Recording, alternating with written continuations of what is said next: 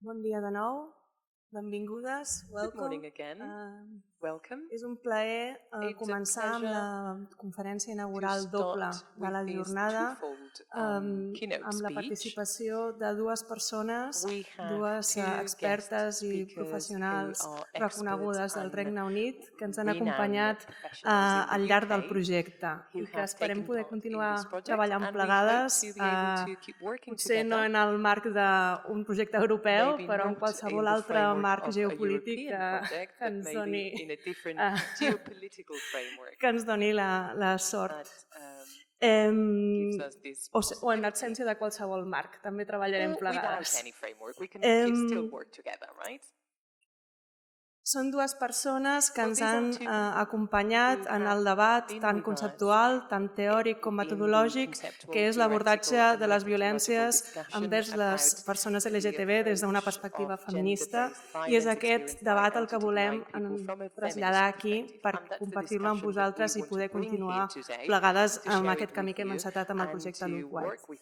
En primer lloc, tinc el gust de presentar a Pam Aldred, que és actualment professora de la Universitat Brunel de Londres, on imparteix assignatures d'educació i estudis juvenils i que en breu l'hem de felicitar perquè assumirà la càtedra a la Universitat de Nottingham Trent, també al Regne Unit. Les seves línies d'investigació són les sexualitats, la criança i l'educació sexual, i ha coordinat dos projectes internacionals molt relacionats amb aquest projecte en què treballarem avui, sobre violències relacionades amb el gènere. Ens convida, de fet, a que consultem els materials que ha produït en aquests dos projectes, el projecte Gap Work, que va produir un recull de recursos formatius per a professionals en l'àmbit de la joventut, per a treballar cap a l'erradicació de les violències relacionades amb el gènere, i el segon projecte, USB React, es van produir recursos formatius també per l'actuació del personal de les universitats en la detecció i l'actuació en casos de violència sexual. Si teniu més interès sobre aquests dos molt interessants projectes, està a la vostra disposició per parlar-ne. Alguns dels seus darrers llibres publicats són Sociologia i nou materialisme, en col·laboració amb Nick Pops, publicat el 2016, i més recentment, el 2018, el Manual de pràctica en treball amb joves, del qual n'és coeditora.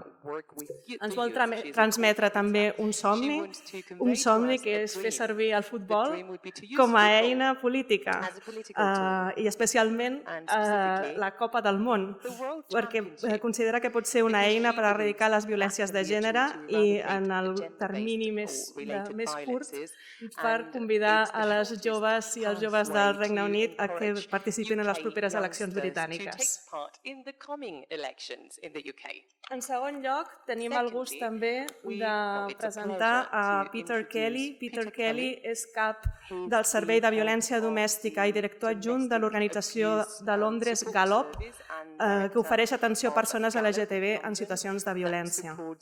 Ha treballat a Galop durant més de 12 anys, primer com a investigador i després fent atenció directa a persones LGTB+, en situacions de delictes d'odi o de violència domèstica. També ha coordinat la xarxa DAP de Londres, que ofereix suport a persones LGTB en situacions de violència domèstica, i coordinat diversos projectes regionals i nacionals en aquest àmbit.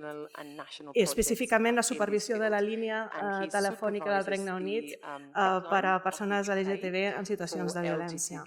És coautor, en col·laboració amb Jasna Màgic, també de Gallup, de dos informes sobre violència domèstica cap a les persones LGTBI.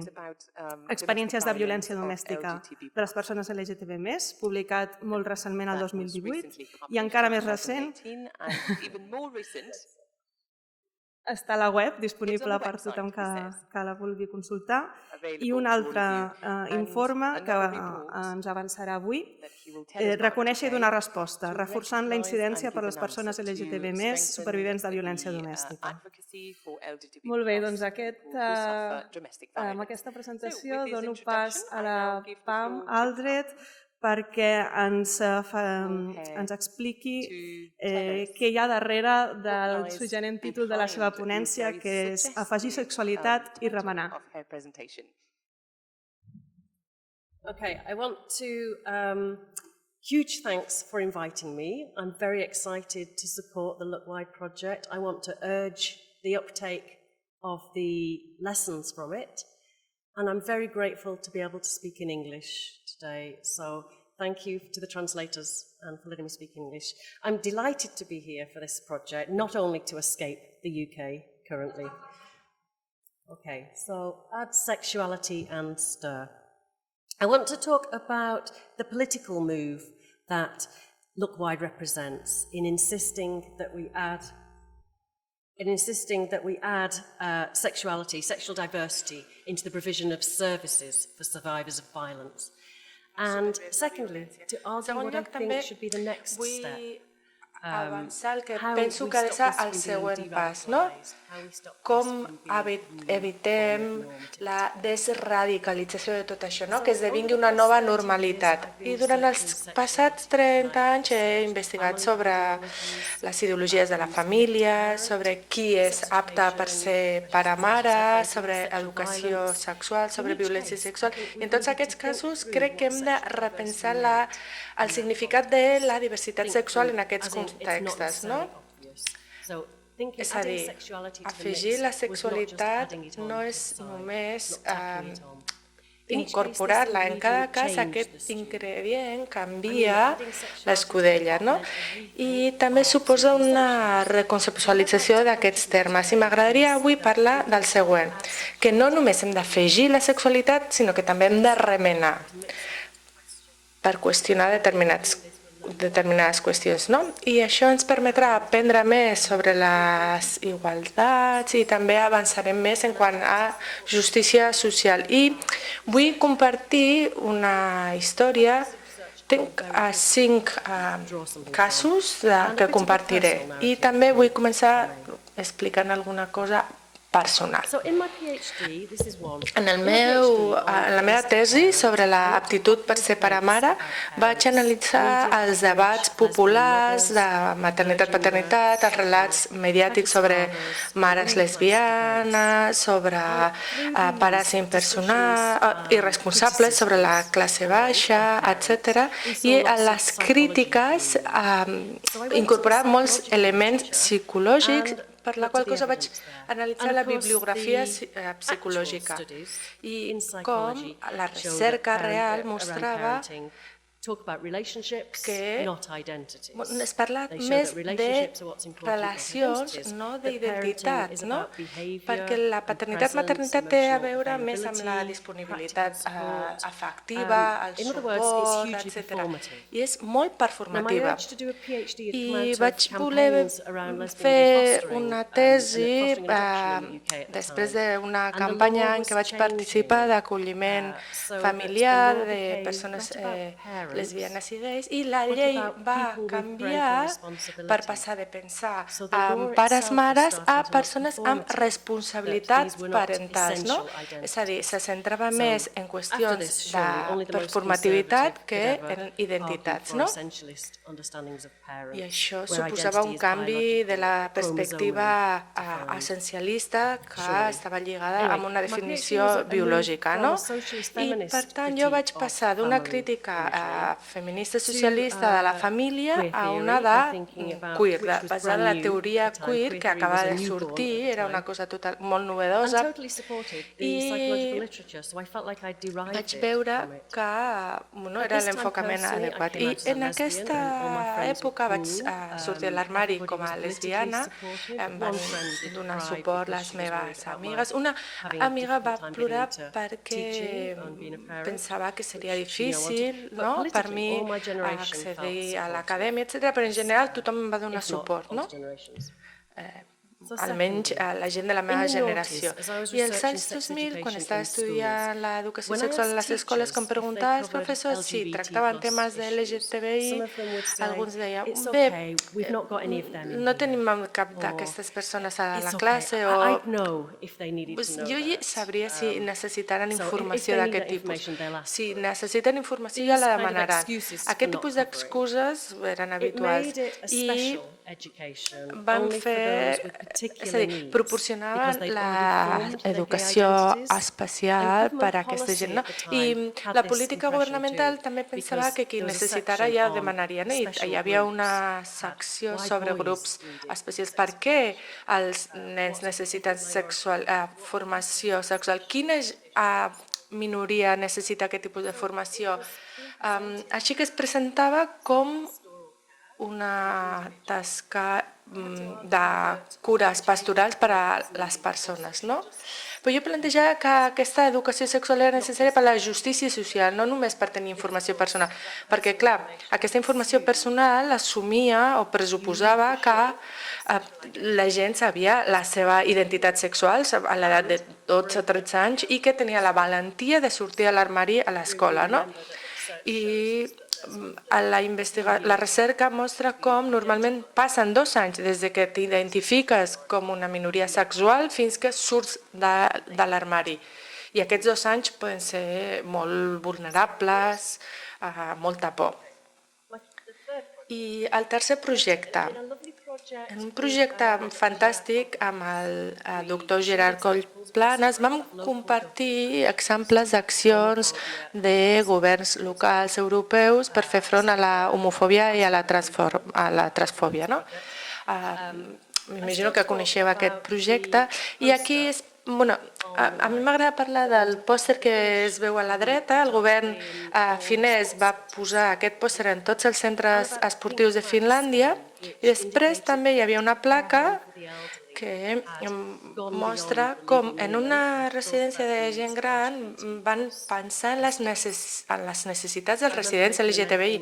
I recordo que en aquest moment, quan vaig veure això, vaig pensar, nota mental, he de pensar quina és la meva identitat a l'hora de fer la sol·licitud a la residència de gent gran, perquè en funció d'això això determinarà qui es pot quedar a dormir amb mi i qui no. I imaginem-nos que totes aquestes situacions durant el règim franquista, sortir a l'armari, etc.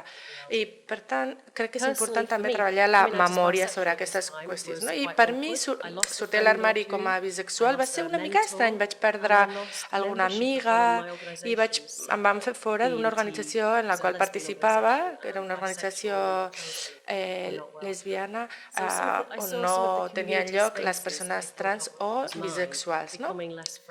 I aquesta va ser la meva situació. I vaig passar a començar a investigar la violència fa 8 anys dins del programa GAP i des d'un enfocament molt ampli.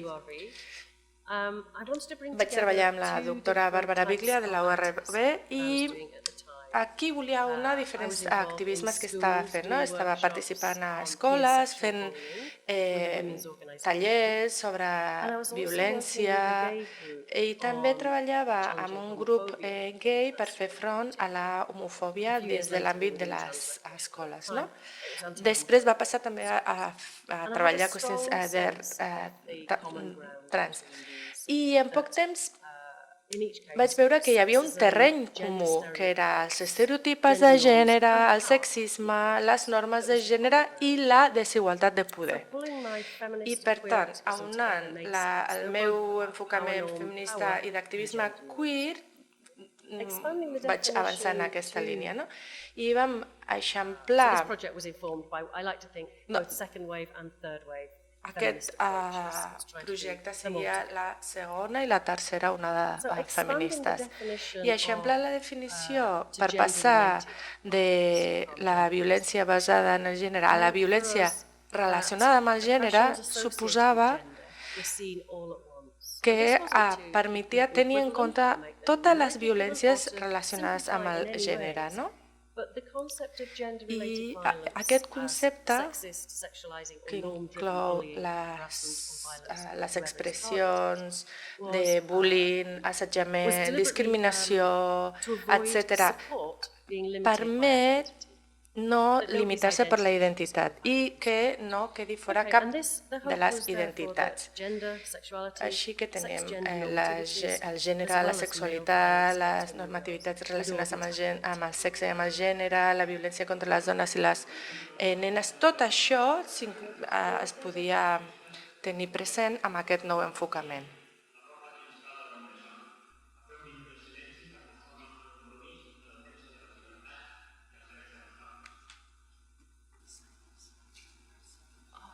Afterwards, though, not now. Yeah, okay, great. Thank you. So gender-related violence. Així que la violència relacionada amb el gènere inclou no només l'eix del gènere, sinó també l'amenaça de violència si existeix en la normativitat, en el binarisme de gènere, en la homofòbia, la transfòbia, així com els atacs contra les dones, el sexisme, la misogínia, la violència sexual, etc. I llavors la idea era reconèixer les interseccions entre el gènere i diferents desigualtats, quines dones reben més violència o més casos de violència mortal. I sabem que les dones bisexuals i trans tenen més risc aquí. I en el aquí el terreny compartit és el de la violència domèstica o els atacs transfòbics. I aquí s'identifica l'ordre de gènere com a l'àmbit compartit per totes aquestes expressions. I aquí vam incorporar una perspectiva nòrdica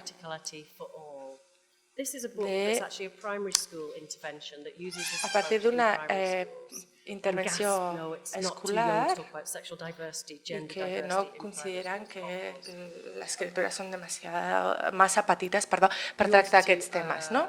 I també vam atacar el binarisme i aquí tenim un Pokémon que no té gènere i per una generació més jove que jo és possible pensar en aquests termes des de l'inici. I un resum entre les diferències sobre la violència basada en el gènere i relacionada amb el gènere. Aquesta idea és que el problema era la violència independentment d'on tenia lloc i a qui afectava, sense centrar-nos en la identitat i des d'una perspectiva inclusiva. I en qualsevol equip teníem 6 socis en aquest projecte i cada grup desenvolupa les seves pròpies pràctiques i tothom estava d'acord en abordar, incorporar aquest nou terme, però l'equip d'Irlanda tenia un enfocament d'afegir, però creien que era un millor enfocament per al seu context.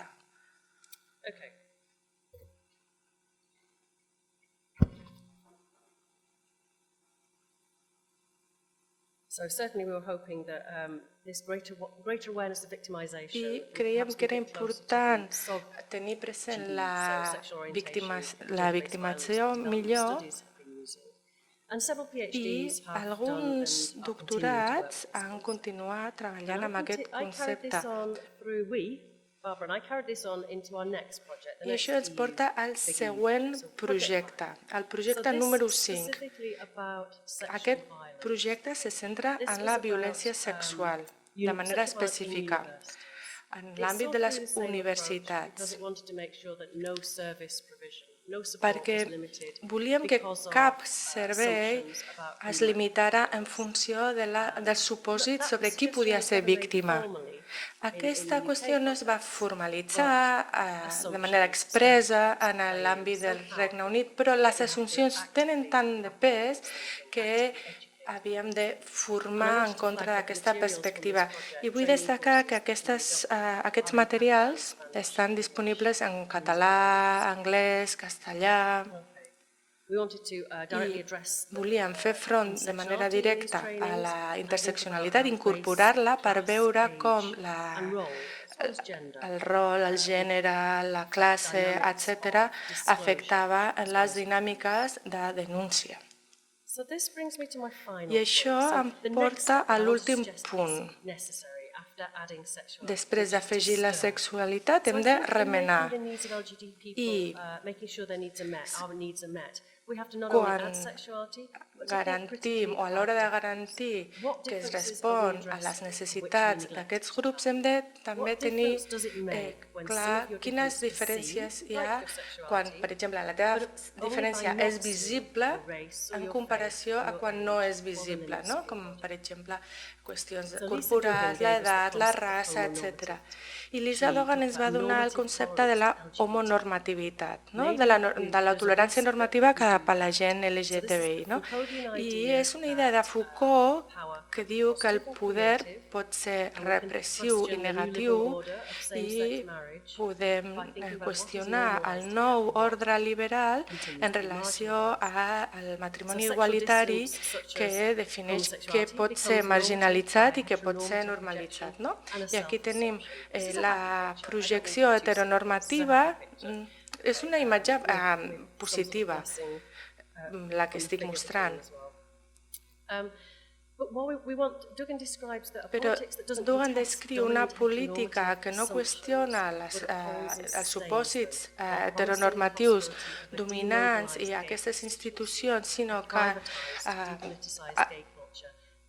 promet una possibilitat d'un moviment gay desmobilitzat, es basa en la domesticitat i en el consum, amb la imatge del home de negocis gay que viu al centre de la ciutat com a exemple.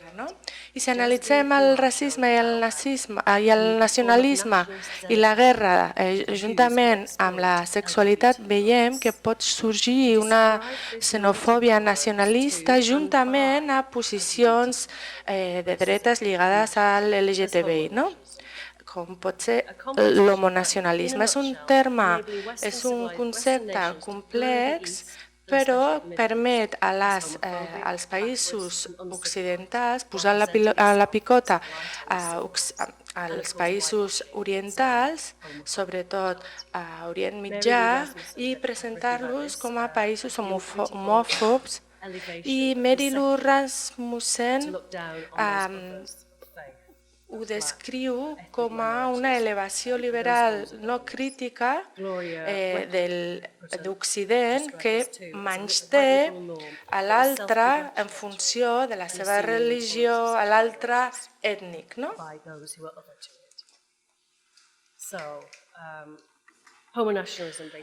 Bàsicament, el nacionalisme homofòbic com a racisme que divideix la població general entre nosaltres, els blancs, els civilitzats, l'Occident, i els altres que són bàrbars i que són orientals. Potser seria fantàstic poder mostrar la diversitat sexual, és a dir, com un mateix, però tret amb un altre sexe, amb qui ens podem casar, però hauríem de mantenir la radicalitat del queer per evitar el desplegament nacionalista o racista d'aquest afegit de sexualitat. Per tant, en comptes de transversalitzar la inclusió de l'LGBTI, hauríem de transversalitzar la crítica a la norma o la normativitat, perquè si no potser acabarem tenint una inclusió normativa dels blancs, és a dir, que quan la gent fa el que nosaltres fem, aleshores sí, i no tractar la diferència de manera unheimlich. I aleshores, com podem relacionar això amb els estats-nació? I m'estic referint al Regne Unit, als Països Baixos, a Escandinàvia i al Canadà. una advertència dient que els drets LGTBI també tenen un component de dreta. I jo crec que sortir era una qüestió incompleta sobre el poliamor. És a dir, sortir de l'armari com a poliamorosa va ser per mi el més difícil. No volia dir que jo havia d'assimilar-me a una norma com a mare o com a estatus de criança. I això té a veure amb la meva feina i els meus privilegis de la meva feina acadèmica a la universitat. A Look White no només afegir la sexualitat, sinó afegir la inclusió de l'LGTBI més, sinó també una crítica a la normativitat LGTBI. És a dir, per anar més enllà de la superfície, perquè si estem d'acord que la violència és un problema i que tots els supervivents necessiten el nostre suport, aleshores ho hem d'abordar o fer front amb autoconsciència. I què pot voler dir això a la pràctica? Pensar en la interseccionalitat, quines implicacions pot tenir això? Hi ha col·legues que han produït materials molt útils que poden utilitzar altres organitzacions per fer això a la pràctica. Gerard Cole, per exemple, pràctiques locals i polítiques locals o polítiques a nivell de govern local, Alison Phipps i Benito Sandern, que estan en vermell, però sobretot vull destacar els dos primers perquè estan en castellà i castellà, recursos als quals podeu tenir accés, per pensar en la violència, en com és interseccional i com al revelar-la es pot perfilar, inhibir o bloquejar amb aquestes mateixes dinàmiques. Per tant, un intent actiu d'aplicar aquesta pràctica, els col·legues han agafat la interseccionalitat per pensar en com els supervivents, és a dir, qui és una víctima i qui no ho és, qui queda fora, a qui va aquesta crida sobre l'assetjament sexual. I Phipps ha pensat recentment sobre com les veus blanques han dominat el moviment Me Too i el problema que això comporta. Per tant, cal pensar de manera crítica el que estan les implicacions de les diferències sexuals. És un plaer per mi que el Look White ofereixi maneres en què els serveis d'atenció a la violència domèstica i d'altres violències poden fer front a això i us desitjo molta sort en els vostres serveis d'atenció. Són molt importants i jo vull ser de la major ajuda possible. Moltes gràcies per la feina que feu. Gràcies.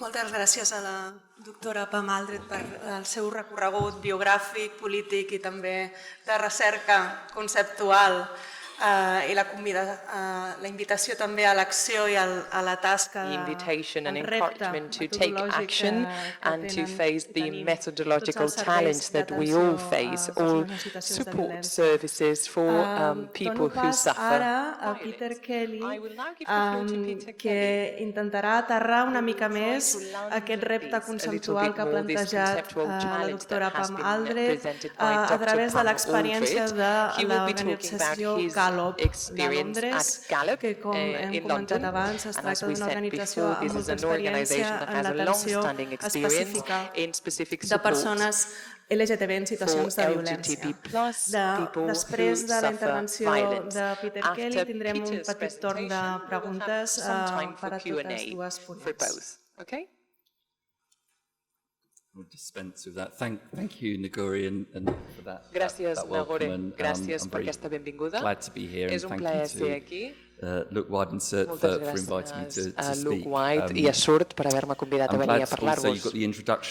També m'agrada molt que m'hagis presentat bé, perquè a principis d'aquest any vaig anar a una petita conferència i un policia britànic em va presentar com a Gallup, com si fos una organització anti-LGTB més, com si fóssim una organització d'extrema dreta. Bé, es va equivocar. Aquí ho heu fet bé.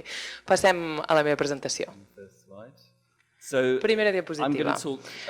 Parlaré una mica sobre Gallup per explicar-vos qui som. I aquí tenim els tres camps principals en què treballem en la nostra línia antiviolència. I he escoltat les ponents de la taula de presentació i això hi ha un encavalcament d'identitats, això són àrees transaccionals de violència i abús, que en diem maltractament. Vam començar sent una organització sense afany de lucre contra els delictes d'odi. El que fèiem de bon principi era lluitar contra la violència i la discriminació a l'espai públic contra les persones LGTBI. I després vam avançar perquè jo crec que com a comunitat LGTBI a vegades és més còmode parlar d'aquelles coses que ens passen a nosaltres, estic parlant d'abús, de violència, el maltractament, i no ens resulta tan còmode parlar del que ens fem els uns als altres. Aquí parlo de la violència interpersonal i sexual. I a vegades és una mica polèmic tractar aquests temes, com ha dit la PAM, perquè hi ha aquesta heteronormativitat i aquest programa polític heteronormatiu. Ja tenim el matrimoni gay, per tant, ja no cal parlar de violència en la parella, no? I sí que cal, evidentment. Aquests són els nostres serveis. En els últims anys, a dalt, les àrees que s'encavalquen són els serveis d'atenció que tenim. Jo em centraré en la nostra atenció a la violència domèstica. Nosaltres en aquest cas donem atenció, assessorament i fem incidència amb tots els supervivents LGTBI. I què vull dir amb això d'incidència? A vegades això difereix una mica de com s'entén per part d'alguns dels nostres socis europeus. Incidència no només vol dir assessorament jurídic, d'allò que diu la llei, no? Sinó que es tracta de lluitar pels drets i les necessitats dels supervivents. De manera que pot ser una atenció pràctica, pot ser un assessorament jurídic, acompanyar-los a tribunals civils o penals i coses com habitatge, seguretat, per intentar reduir els riscos que corre aquella persona. I en aquest camp nosaltres també tenim una línia de contacte d'incidència i suport. Som els que gestionem aquesta línia de contacte telefònica. També fem feina cara a cara amb els supervivents, és a dir, una atenció individualitzada en aquests camps que he dit, delictes d'odi, violència domèstica i violència sexual. I tenim dos tècnics que treballen en concret amb supervivents trans i també joves. I aquí l'edat és entre 13 i 25. És quan parlem de joves LGBTI. I també tenim un servei concret per persones trans que ha estat dissenyat i es posa al servei de la comunitat trans. I si passem a la part de baix, als cercles de sota, també el que esperem és ser la veu de la comunitat LGTBI, la veu estratègica d'aquesta comunitat, dels seus supervivents, per fer la interacció amb els governs locals, regionals i nacionals. Fem molta feina, implicació estratègica amb els polítics, fem recerca també, com hem dit ja, el que ha fet la IASNA, i també produïm recursos informatius, formacions i treballem en aliança. Bàsicament fem aquestes coses.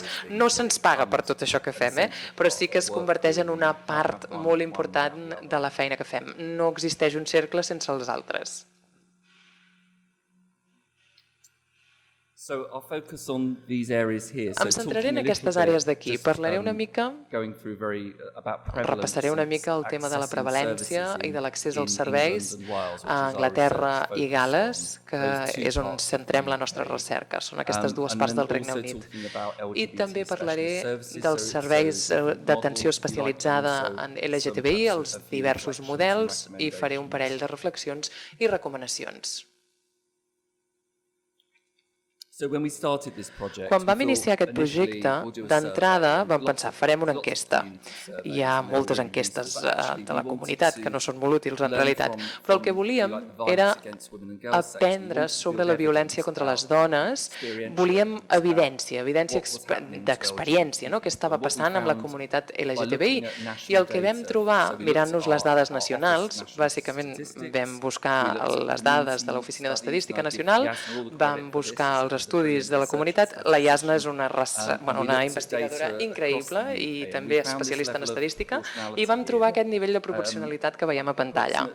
Aproximadament un de cada 4 persones LGTBI havien experimentat violència domèstica en algun moment al llarg de la seva vida. Per tant, hi ha una mena de paritat amb la violència de dones heterosexuals cisgènere o no trans, un 25%. Gallup està d'acord amb l'enfocament basat en gènere pel que fa a la violència contra les dones i les noies.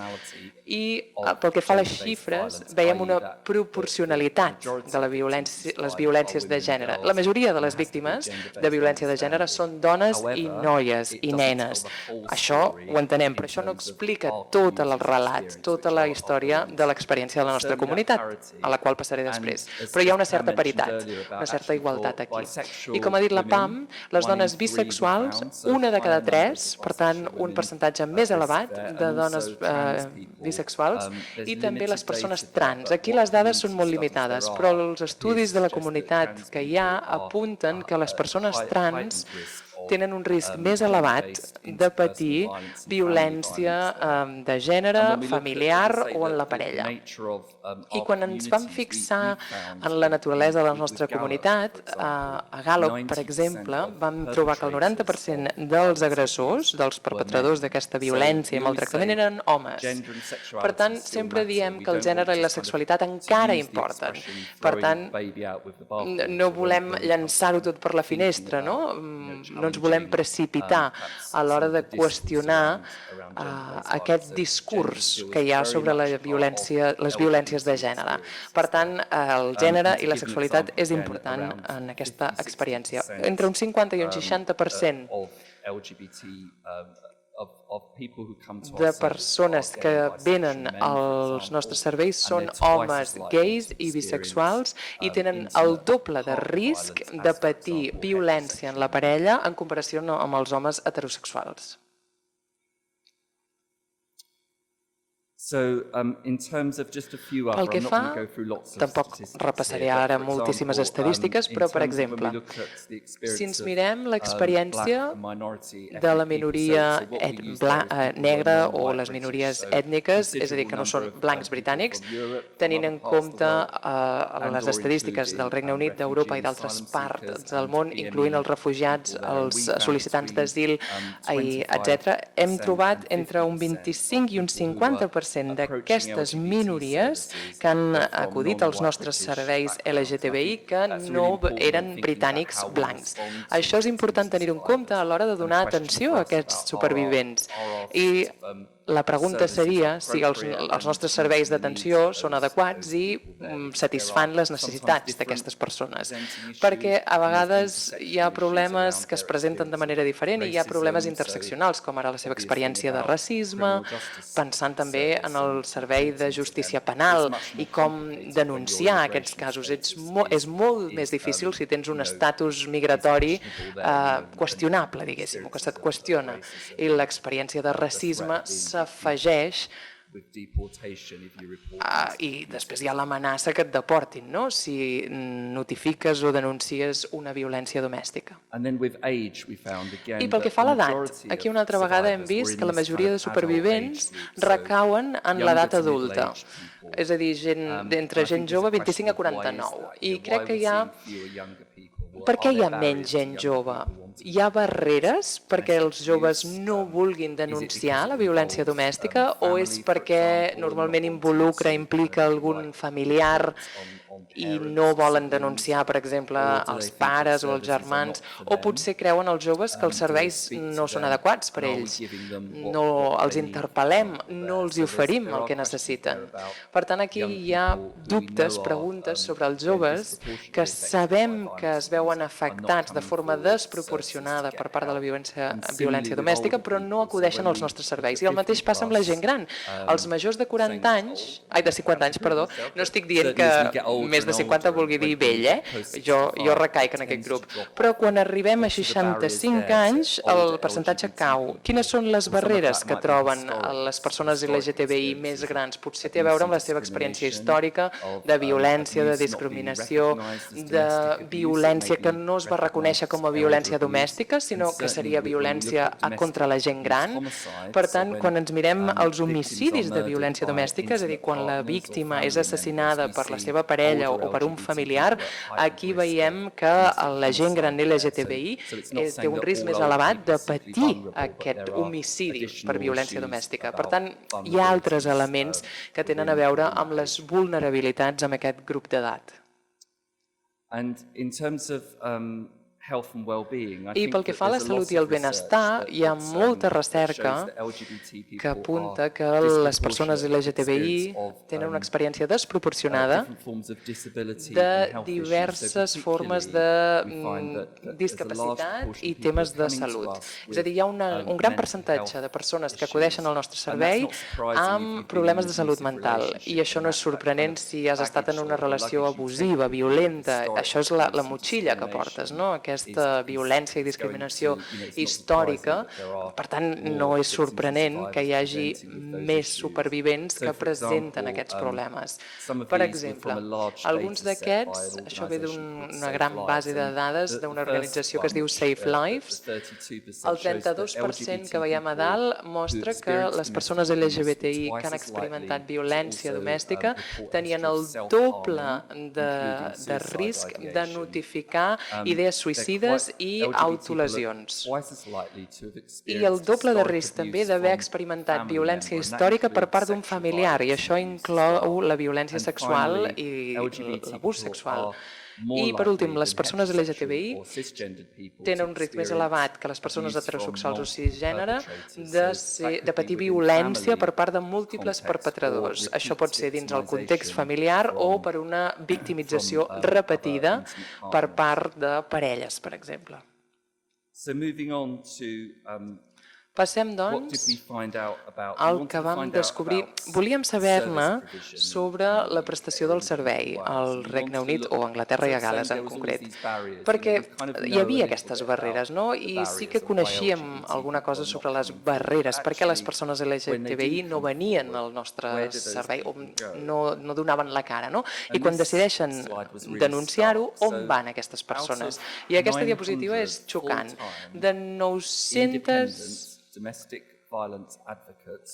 tècniques independents sobre violència domèstica. Això és personal tècnic que treballa amb supervivents de víctimes o supervivents de violència domèstica. Només n'hi havia 4 treballant en un servei especialitzat en LGBTI. Per tant, la disponibilitat d'ajuda i suport i atenció als supervivents LGTBI era mínim. No sé si no puc fer el càlcul, però seria 0,03. Si pensem en la població de LGTBI d'Anglaterra i Gal·les, que és 3,5%, i sobretot a les grans ciutats la població LGTBI és més, a Londres seria un 5% o 5,8%, entre un 5 i un 8%. Per tant, la disponibilitat és baixíssima d'aquests tècnics especialitzats. I què vam veure després? Doncs que la majoria de serveis especialistes en LGTBI no estaven disponibles en moltes zones del Regne Unit. Molts serveis de comunitat LGTBI no estaven equipats per poder respondre davant d'un cas de violència domèstica.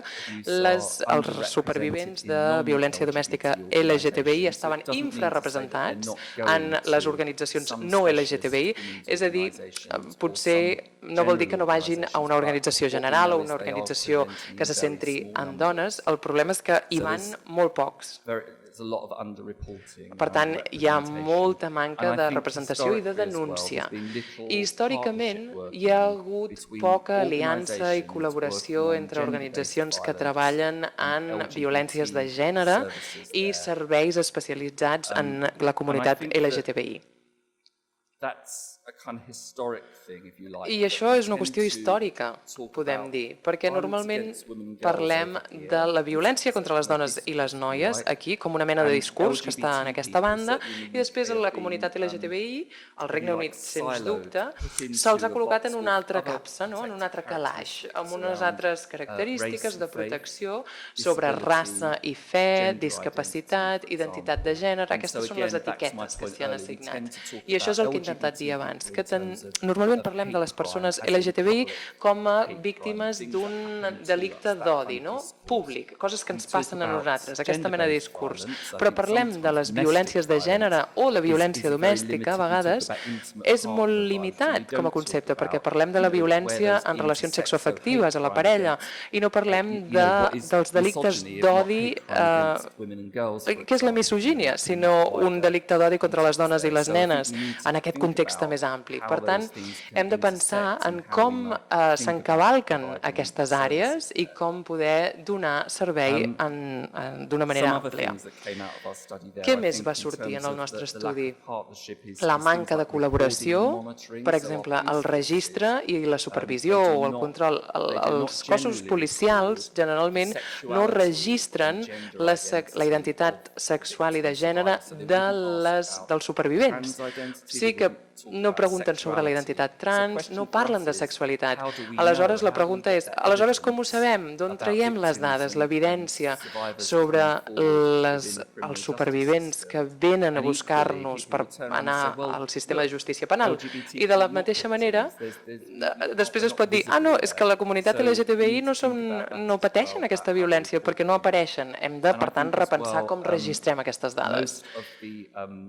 I la major part de la posada en marxa de les polítiques estratègiques per part dels governs locals, regionals, no esmenten a les persones LGTBI en les seves orientacions estratègiques. Un exemple, nosaltres parlem d'una estratègia per lluitar contra la violència contra les dones i les nenes. Nosaltres estem totalment d'acord amb això, ho referendem, perquè ho necessitem. Aquesta veu hi ha de ser de les violències de gènere.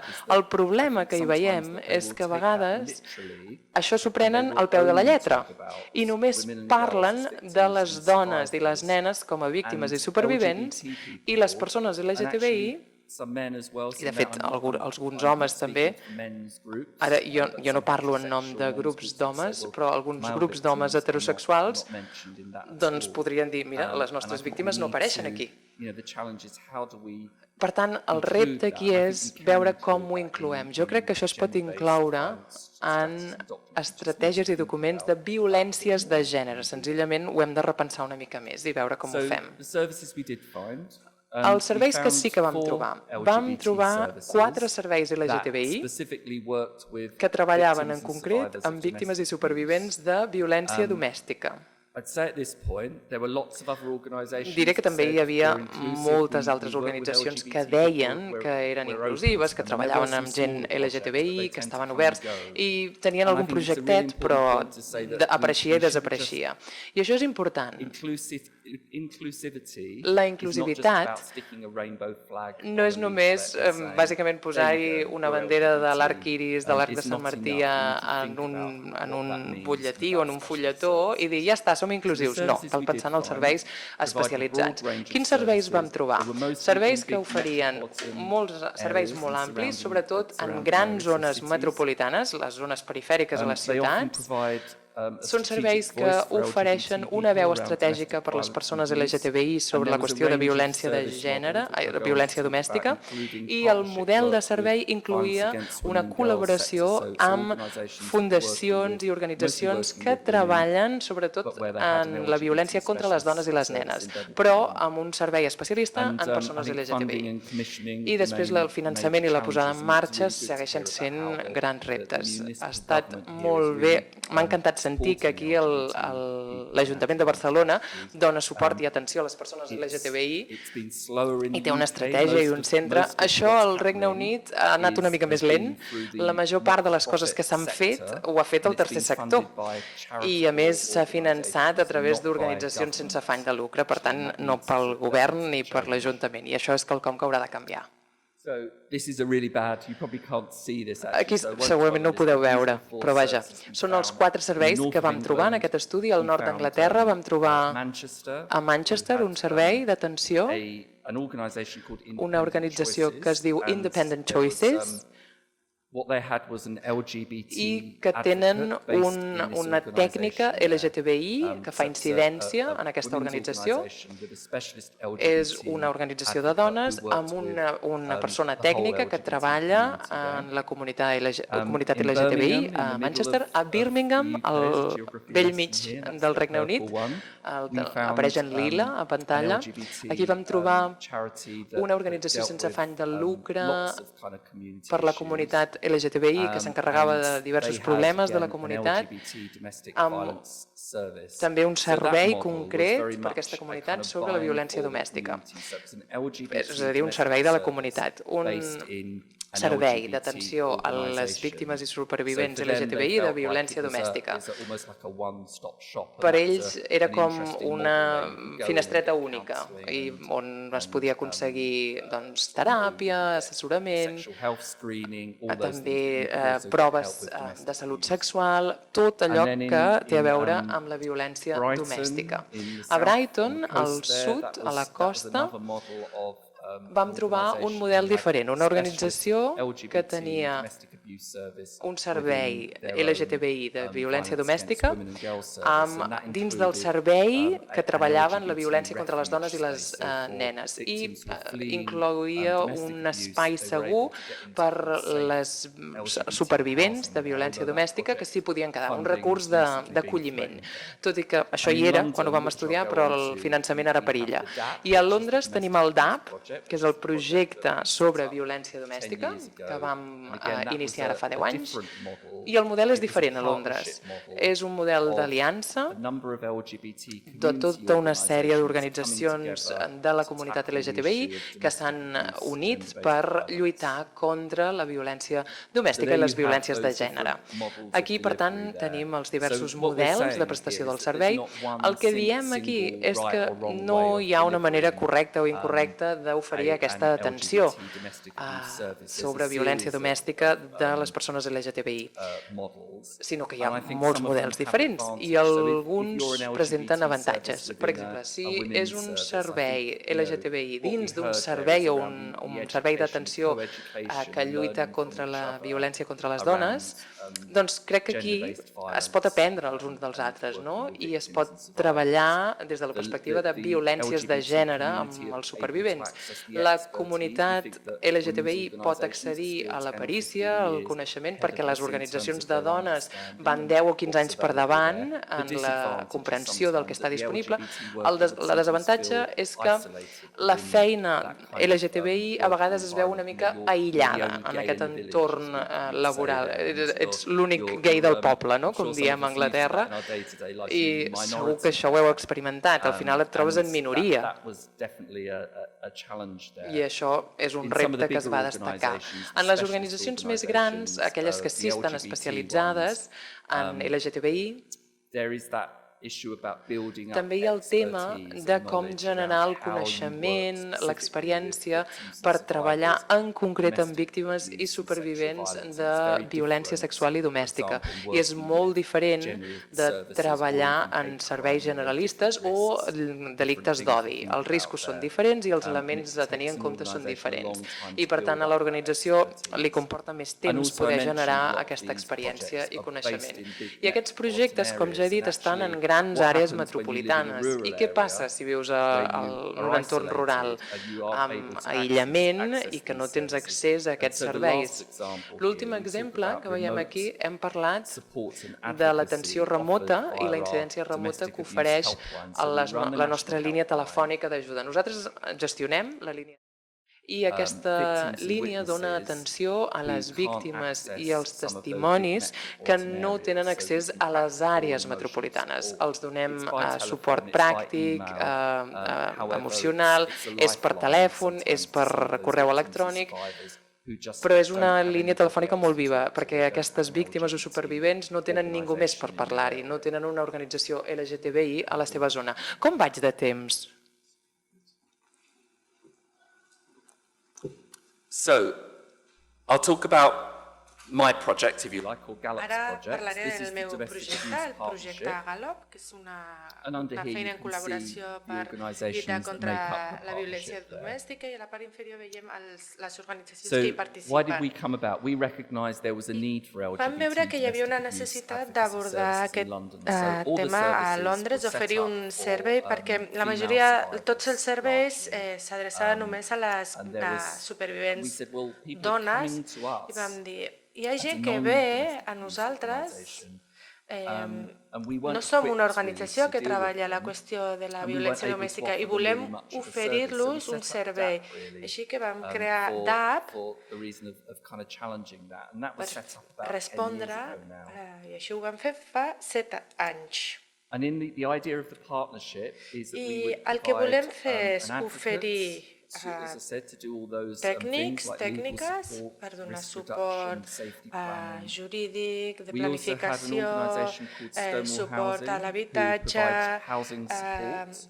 And també that's again advocacy of és una challenging feina discrimination de fer within front a housing la to discriminació get en l'àmbit l'àmbit de de l'habitatge, to a place of safety when perquè they need les it. víctimes de la We violència also tinguin offer, un lloc counselling segur. and group També work, oferim and we work with an assessorament i LGBT feina plus en equip, therapeutic i organisation també called London treballem Friend. amb London Friend, que és So we una only offer, organització unfortunately, 12 terapèutica. counselling sessions, but Només that's oferim free 12 counselling hores de specifically around domestic teràpia, abuse. malauradament, We però centrada en operate, aquest tema. a I national també LGBT helpline, tenim una línia and telefònica that's often a way d'assistència, in for victims que and és survivors. They una will via call the d'accés, helpline, maybe sovint the per first les time they've ever víctimes, spoken potser about their experiences. quan And truquen the és la idea primera then is vegada if que they parlen live de in la seva London experiència, or i si viuen a refer them Londres to other specialist els podem LGBT advocacy enviar a organisations there. organitzacions And we do específiques. local and regional I partnership també work and establim multi-agency work as well. aliances So amb we're able altres to, organitzacions locals i refer people regionals, i to també things like immigration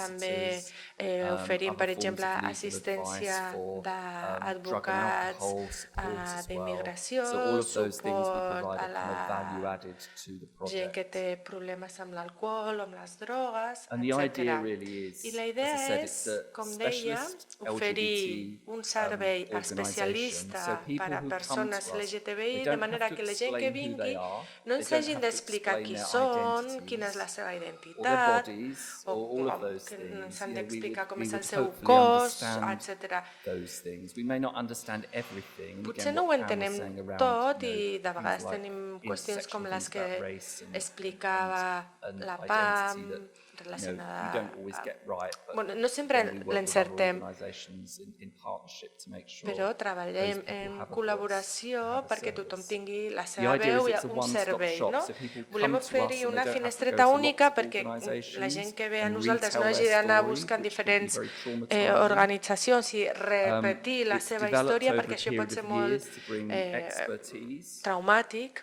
and a degree of professionalism. Oferim a persones We're able to especialitzades support coneixements non-LGBT professionals organisations. So again, we mentioned with i training, treballem la strategic qüestió de la input, formació, working in partnerships, and la we've begun col·laboració now to estratègica, work with i ara hem very començat a closely with treballar Violence de manera Against molt Women and estreta Girls amb organisations organitzacions que to responen deliver a la services, to deliver violència partnerships, contra which les is a dones really i les interesting nenes thing, per because treballar en when we conjunt. first came Perquè 10 quan years ago, I think they were fa very 10 anys vam suspicious of us començar a as a treballar, LGBT tenien organisation. sospites cap Were a we nosaltres, no? going Això és to, una organització LGTBI, respect, vam and respectarem have that gender-based understanding? Were les we qüestions going relacionades amb el to gènere, disrupt anem a sacsejar aquestes qüestions, no? I dèiem, no, tenim un enfocament inclusiu i volem treballar amb vosaltres i volem establir un diàleg per presentar un front unit contra la violència basada o relacionada amb el gènere, no? I tenim, per suposat, un respecte per part d'aquestes organitzacions, espero. I, per últim, ja he explicat el tipus d'aliances que establim, les col·laboracions que fem, que es basen en la comprensió mútua. Hi ha reptes, per suposat. Hem perdut un parell d'organitzacions per qüestions d'austeritat i la situació econòmica al Regne Unit, que també està afectant el conjunt d'Europa en els darrers 10 anys, i hem tingut la sort de continuar treballant. Tenim un únic servei per 400.000 persones LGTBI que viuen a Londres. Per tant, és un servei molt limitat. I moltes vegades és difícil oferir una assistència, una atenció integral als supervivents que tenen unes necessitats múltiples, com a problemes de salut mental, alcoholisme, etc. Hi ha molts problemes que la gent té que dificulta molt donar l'atenció que necessiten amb els recursos que tenim. També la financiació és una mica limitada i fràgil. I, per exemple, no existeix habitatge per a les persones, per a la comunitat LGTBI. No hi ha centres d'acollida, sobretot les persones trans que no tenen accés a les cases d'acollida només per les dones. Això no és una crítica per a aquest tipus d'espais. Creiem que són necessaris, però hi ha molt poques opcions per a aquestes persones i de vegades li donem una llista o, per exemple, si diem, mira, aquest McDonald's està obert les 24 hores i doncs millor que hi vagis que no pas que et quedis amb el teu company que et maltractarà. I també tenim diferències amb algunes organitzacions de dones especialistes i, per exemple, en relació amb el discurs entre la identitat trans, la identitat... Hi ha hagut canvis pel que fa al reconeixement de la identitat basada en l'autoidentificació i llavors les persones no binàries en comptes de demostrar la seva identitat de gènere, doncs ara l'aposta és més per l'autoidentificació. I moltes organitzacions de dones veuen que això és com una mena d'amenaça perquè, clar, veuen que homes o persones trans tinguin accés a espais de seguretat per a les dones, doncs això pot ser traumàtic i pot suposar un risc per a aquestes dones. I és una qüestió molt complexa i hi ha algunes visions una mica extremes que no són compartides per la majoria de les organitzacions de dones, però sí que hi ha qui pensa això i ho reconeixem. I quan parlem de la seguretat de les víctimes, doncs hi ha complexitats i creiem que hem d'establir un diàleg constructiu amb la gent que ens vulgui escoltar i que vulgui tenir aquest debat. No som una organització que fa campanyes, sinó que la idea és que ningú se li giri l'esquena pel que fa a les seves situacions de violència.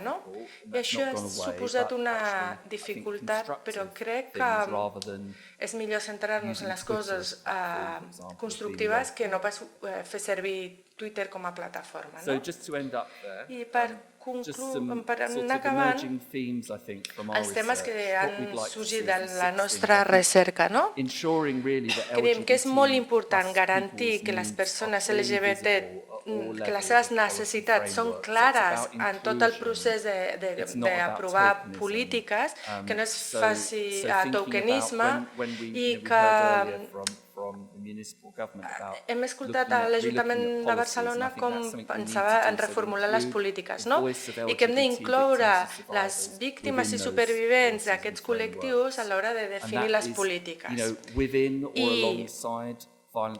Dins o juntament amb el discurs de la violència contra les dones s'ha d'establir com fer-ho i també hem de veure com incloure les organitzacions que treballen contra la violència cap als homes. Però no és d'aquesta perspectiva tan binària, perquè hi ha qui és polisexual, no binària, i aquest tipus de gent no s'identifica amb aquests discursos. S'ha d'escoltar les seves veus també. Hem de millorar els mecanismes de seguiment dins del sistema de justícia penal. Hem de parlar de les persones LGTBI com a agressors també. No tenim programes per abordar aquestes qüestions. Ni si volem protegir les víctimes també ens hem de centrar en els agressors perquè no revictimitzin altres persones. I també creiem que els serveis especialistes per al col·lectiu LGTBI són necessaris perquè per entendre les necessitats de les persones LGTBI i al Regne Unit voldríem tenir més diners adreçats a aquest tipus de serveis. I també una formació, programes de formació a nivell local i des d'un enfocament interseccional i també tenint present les complexitats de la identitat deixant de banda el tokenisme o les perspectives homonormatives. També volem crear un únic punt de contacte nacional per les organitzacions LGBTI i també potser al gener ja no seguim a la Unió Europea. Ara sí que hi som, però demano disculpes per Boris Johnson. Però, com deia, necessitem més recerca. Això és fonamental pel que fa als serveis especialistes i, per exemple, la feina que fa PAM, aquest tipus de feina acadèmica i de col·laboracions són molt importants. I ho deixo aquí, espero no haver parlat massa ràpid i moltes gràcies per escoltar.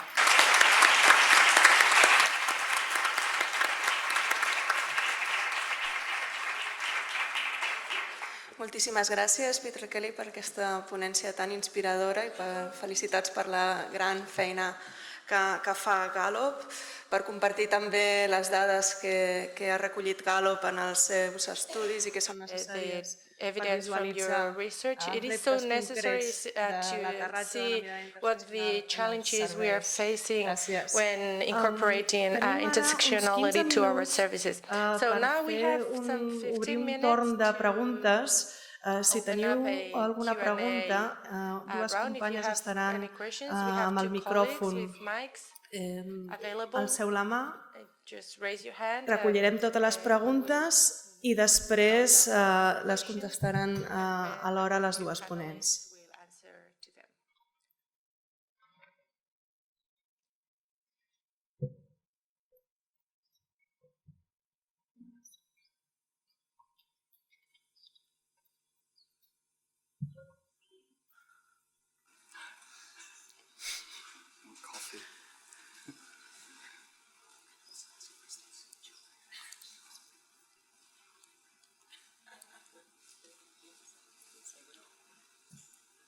Hola, buenos días. Bueno, en primer lugar, hi, good morning. First of all, thank you so much for your presentations. I have a question for each one of the panelists. To Pam, I'd like to ask you whether you could share some information about the criticism to heterosexual and homosexual que haces de las violencias, que me ha parecido muy interesante y con el que me identifico mucho.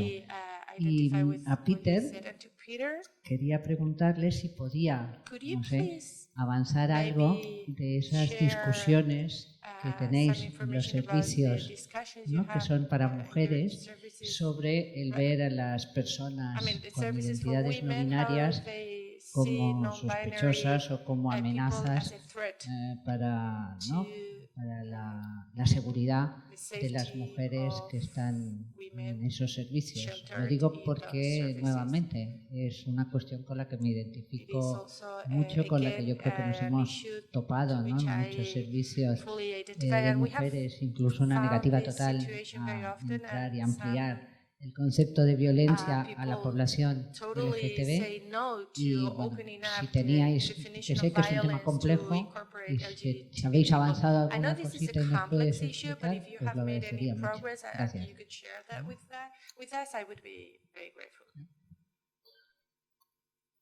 Si us plau, si podeu dir de quina entitat o de quin servei sou, demanen les ponents que...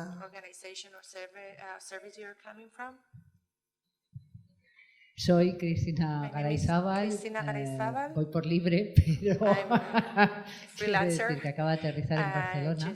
He sido del Colectivo en Defensa de los Derechos de las Prostitutas en Madrid, y aquí estoy trabajando en el Centro LGTB municipal haciendo acompañamiento a personas trans.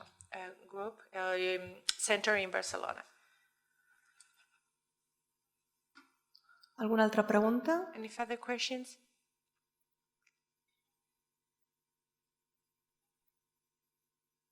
Bé, si no hi ha preguntes de moment... Yeah, of course.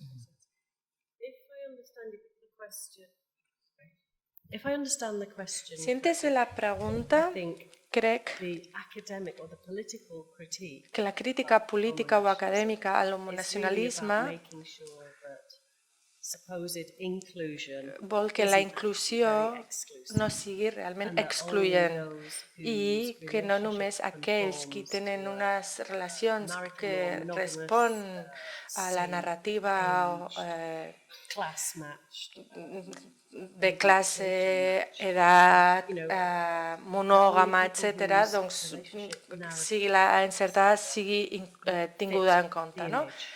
I això afecta la imatge de com es veu una relació i llavors rep la protecció i es reconeix com dins dels serveis de violència domèstica. Llavors, hem d'assegurar que la identitat no suposi una barrera per accedir a aquest tipus de serveis. És a dir, no aspirem a aspirar les categories actuals, sinó que volem dir que qualsevol tipus de violència és problemàtica. Aquest és el punt de partida. I volem evitar simplement modificar les definicions, perquè sempre hi ha qui quedarà fora d'aquestes definicions i que no tingui accés a un servei LGTBI, a un servei per les dones, etc.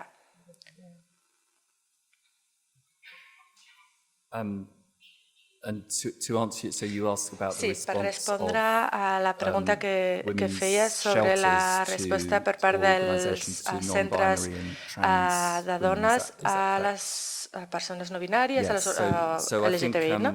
Sí, perdó, o les persones trans.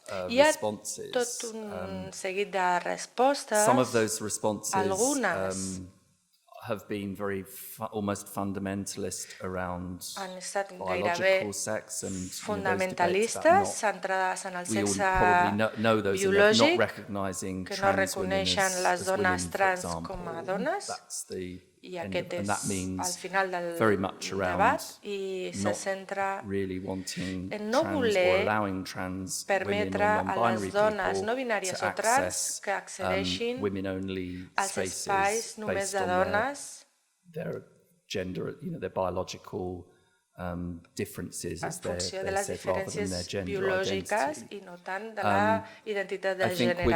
I within crec que this debate as well, en aquest there are debat other també hi voices ha which are altres around kind of veus concerns que és around, as I said, preocupacions potentially sobre el potencial perpetrators and men sobre agressors particularly using potencials, homes que fan servir self-gender expression or l'autoexpressió self-gender de gènere declaration accessing per spaces, accedir a or, for espais example, a determinats, discourse o that per we've heard exemple from some organisations el around discurs d'algunes organitzacions people sobre presenting com in a way la that, gent es you know, pot that the presentar voice or their identity may present as seen as stereotypical male, even if they don't com a identify as estereotípicament such. masculí, Tot tot i que no s'hi identifiquen, i llavors això fa que es revictimitzi a les supervivents dones. No? I puc estar d'acord amb aquests enfocaments. No sóc jo qui ha de decidir si aquesta persona és un home cisgènere o com se li ha de respondre, però crec que la qüestió és com oferim espais segurs a tothom, incloent-hi també les persones no binàries i trans. I aquí hi ha dues respostes. D'una banda, un company meu va escriure fa uns anys unes orientacions perquè les organitzacions intentin ser més inclusives, i deia, hi ha molts serveis, diuen, nosaltres estem oberts a les dones trans, per exemple, i en funció de l'autodeclaració. No cal que presentin el certificat de reconeixement de gènere o cirurgia de reassignació, i s'accepten les dones trans de manera que sigui segur per tothom, no? Per les persones trans que no seran victimitzades, però també es parlaria amb les dones en aquest grup o en aquest refugi per formar-les sobre les qüestions de les identitats trans, i això funciona força bé en la majoria de les organitzacions que s'han obert. Hi ha hagut un debat, una formació, i també hi ha hagut una acceptació i inclusió de les persones trans.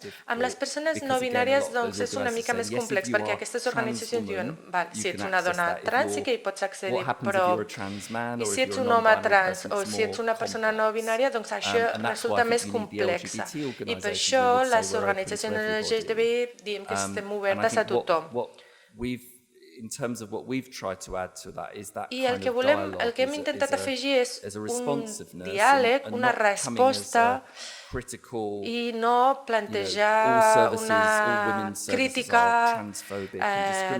cap a tots els espais només de dones, de considerar-los com a excloents cap a les persones trans. Hem de veure com responen a tot això.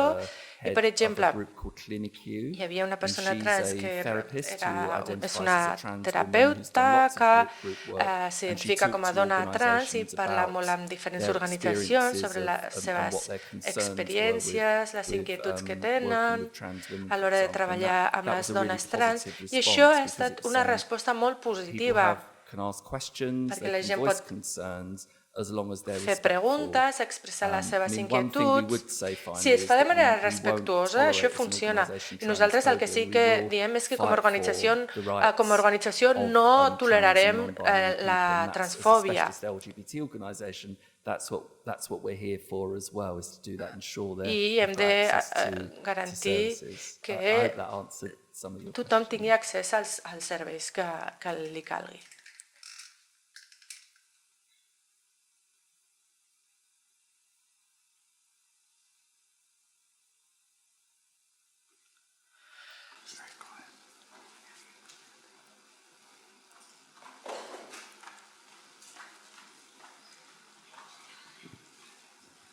Hola, Soy Pau, trabajo en un servicio de atención y acompañamiento at a service that provides services to LGTB people near Barcelona. And I have two questions. The first is rather a comment more than a question.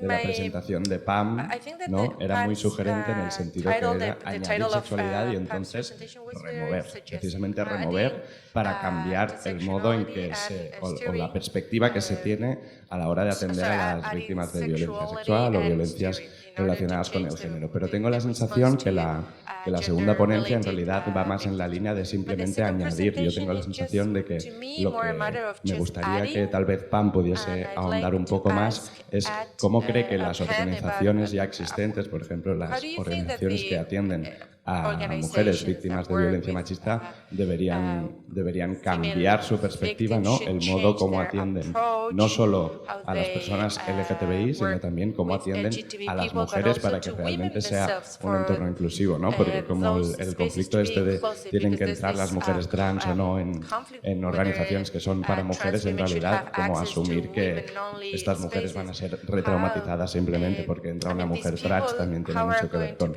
cómo se imaginan esas mujeres como seres frágiles, incapaces de poder convivir con alguien que tiene una corporalidad o una vivencia de la identidad diferente, ¿no? No sé si tal vez se podría concretar un poco en cómo habría que cambiar las perspectivas ya existentes para que realmente sean inclusivos y no simplemente añadir el cajón LGTBI, que entiendo que es la intención un poco de la charla. Gracias.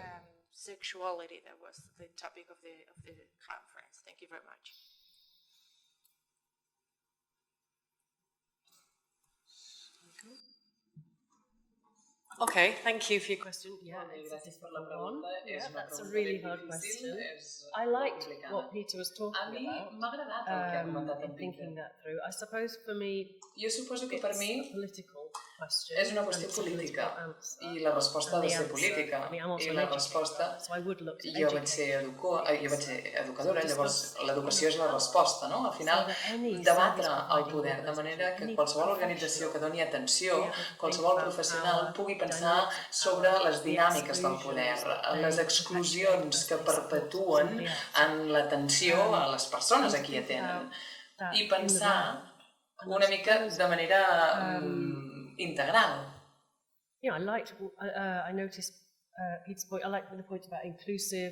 el que ha dit en Peter sobre la inclusivitat, ser inclusius, pensar en el que ha passat en el moviment dels refugis, dels albergs, la seguretat de qui s'està qüestionant, no? I fins a on arriben els serveis d'atenció basats en el gènere. Però hem de pensar de manera molt més profunda, perquè les exclusions d'aquest any són les d'aquest any, però el que fem aquest any, l'any que ve, generarà exclusions que reconeixerem l'any que ve. Per tant, és pensar sobre el poder, pensar sobre les identitats, el no binarisme al Regne Unit, a les escoles en concret, amb els més joves i els treballadors que treballen amb joves, és impossible no detectar-ho, és enorme, és gairebé normatiu, no està problematitzat. Les escoles estan havent d'avançar i canviar ràpidament. Estem parlant que hi ha escoles al Regne Unit que encara tenen lavabos per noies i lavabos per nois, i amb una porta cadascun. Però les escoles estan havent d'avançar i d'adaptar, perquè els joves, no només aquells que viuen angoixats pel seu gènere, sinó la resta també, estan realment apretant i portant més enllà els límits del binarisme de gènere. I em sembla emocionant, em sembla progressiu, i com els serveis d'atenció a les víctimes i supervivents de violència, com s'adaptaran, no ho sé, però serà un repte. I per tant existeix la necessitat. Suposo que necessitem reflexionar sobre la professió, el poder, el gènere. Per mi es tracta de desgranar el que és la violència relacionada amb el gènere. I també escoltar les persones, escoltar a les persones quan ens parlen d'aquesta motxilla que porten a la seva vida i que tot emana del gènere, i no pressuposar que sabem com serà això. Yeah, I mean, I agree. I mean, I think for us, jo crec que per nosaltres, I think we are Nosaltres estem qüestionant el gènere i la heteronormativitat a través de la feina que fem, o això és el que espero que estiguem fent. I quan fem incidència amb els supervivents i les víctimes, el que fem és qüestionar aquesta mena de pressuposicions i estereotips que emergeixen en aquest sentit. I sobretot amb el tema de les dones trans, els refugiats trans, els centres per les dones trans, ja sí que és un tema que predomina. És un repte, sens dubte, poder conciliar aquestes dues perspectives, no? Tant si n'hi diem inclusivitat o qüestionament d'aquestes perspectives. Però a través de la nostra feina, jo el que espero és que quan hi hagi persones LGTBI que es troben amb barreres de naturalesa heteronormatives i de gènere, doncs que puguem ajudar la víctima, el supervivent, a abordar-ho, a superar-ho. Per exemple, un exemple. Hem estat treballant amb una persona identificada com a transmasculina i bàsicament ho va explicar a la família i va experimentar molta transfòbia. Era una persona de classe mitjana i normalment els estereotips o els serveis socials van ser molt reacis, no volien reconèixer el fet que aquest jove estava experimentant una violència domèstica i familiar. I nosaltres això ho vam qüestionar. Els serveis socials diuen no, però els pares són estupendos, una família molt afectuosa, l'estan acceptant a ella, l'accepten a ella. Clar, i això ja ens ho deia tot, no? L'accepten a ella i no pas a ell quan estan parlant d'un home trans. Aleshores, es tracta de qüestionar els serveis en aquest sentit. I quan aquesta persona va accedir als serveis, una de les coses que van revelar és que quan es va escapar de casa i va acabar dormint al carrer, als parcs, en una ocasió van trobar un home al parc i se'n van anar amb ell a casa i bàsicament aquell home els va violar. I aquella persona, aquell home trans jove ens va explicar que l'havien violat, que s'havia quedat embarassat i que havia hagut d'avortar. És a dir, per un jove que s'identifica com a home trans, que percep que la seva identitat no encaixa amb el seu cos, allò va ser un trauma terrible. I per tant, en aquest cas, nosaltres el que vam fer va ser treballar amb aquesta persona conforme a les seves necessitats, però també vam qüestionar els serveis, les autoritats i el discurs mèdic, els discurs de serveis socials sobre la identitat d'aquesta persona, d'aquest jove trans. Bé, és un exemple pràctic de com treballem en aquesta mena de temes. Gràcies per les preguntes i gràcies per les respostes. Queden encara moltes preguntes obertes, però hem de fer una pausa de 30 minuts. Ens tornem a veure a les 12.